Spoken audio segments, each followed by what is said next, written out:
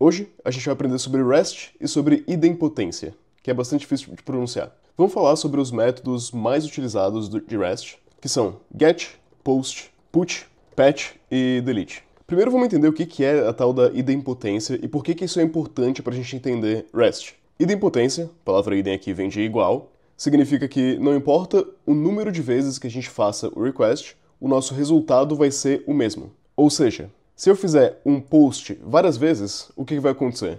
Eu vou criar só uma entidade no banco de dados ou eu vou criar múltiplas entidades no banco de dados? Se a gente seguir o REST por padrão, assim, as definições corretas de REST, e eu faço um post request assim muitas vezes para o meu servidor, contendo aqui o nome Augusto e o país Brasil, o que eu estou pedindo para o servidor é para ele criar várias entidades com esse nome e esse país. O post, por padrão, é usado para criar uma entidade no servidor. Então, quando eu faço meu post a primeira vez, eu vou criar um usuário aqui, Augusto. Se eu fizer post de novo, eu vou criar outra entidade, Augusto também. E se eu fizer post uma terceira vez, eu vou criar o terceiro Augusto no servidor. Então, nota que eu fazer o post uma vez ou eu fazer o post várias vezes, eu tenho um resultado diferente no final.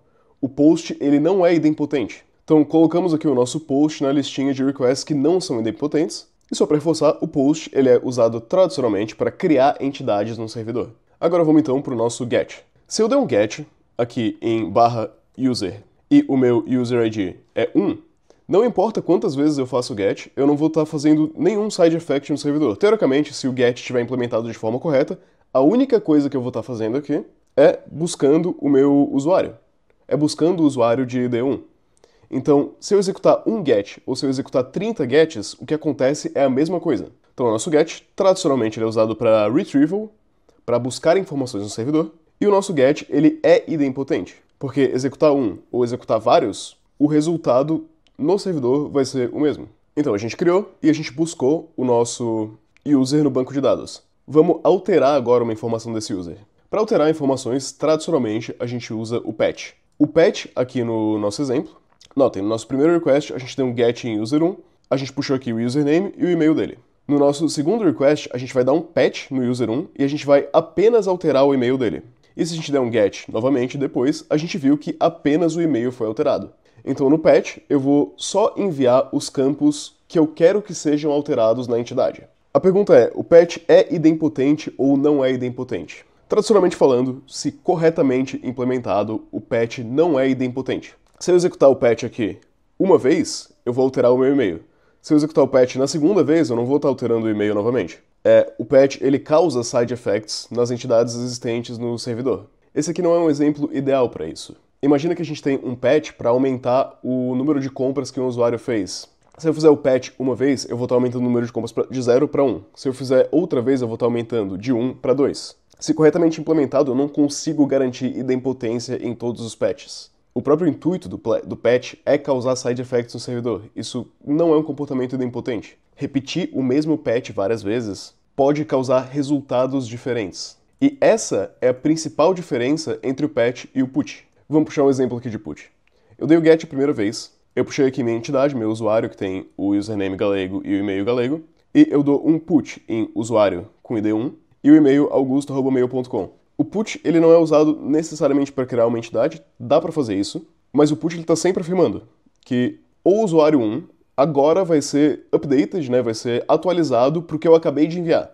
Então, todos os dados que eu acabei de enviar do usuário 1 são apenas o e-mail. Quando eu der um get novamente, esse é o meu novo usuário 1.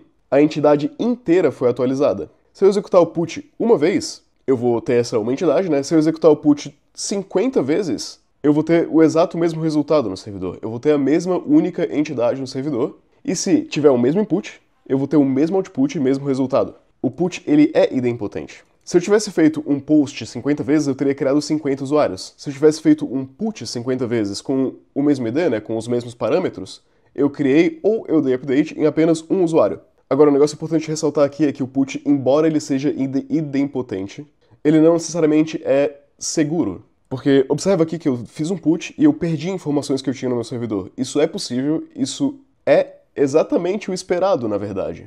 Não tem nenhum erro aqui, nenhum erro foi cometido, isso é o put implementado corretamente. Ele pode deletar informações do servidor, porque quando ele faz o update numa entidade, pode ser que eu perca algumas informações. E por último, o nosso delete, vamos aqui bem rápido, se existir o item, o delete vai deletar o item, se não existir o item, o delete não vai deletar o item. O resultado no servidor, no final, os side effects, vão ser os mesmos. O delete, ele é idempotente porque o resultado final só depende do próprio input. Invariavelmente, do estado que o servidor se encontra no momento, o delete vai resultar no mesmo outcome. Então, sim, o delete também é idempotente. E isso foi um overview pequeno de REST e como se usa os métodos de REST. Tem gente que vai dizer que isso aqui é overengineering, que a gente pode usar post para tudo, post e get para tudo. Eu não gosto. Eu acho que usar post e get para tudo é meio gambiarra. Eu acho que faz sentido a gente usar os métodos como eles foram feitos para ser usados, né? Já que é uma convenção. Se todo mundo usar essas convenções, fica mais fácil de entender qual é o intuito daquela operação. Fica mais fácil para dar manutenção no sistema para o futuro, mas não é um ponto muito relevante assim. Qualquer desenvolvedor bom vai conseguir lidar com uma API que tem só post e get, ou vai conseguir lidar com uma API que tem post, get, put, patch, delete, enfim. Você usa o que você preferir, eu prefiro usar como eu expliquei aqui, como é o padrão de REST.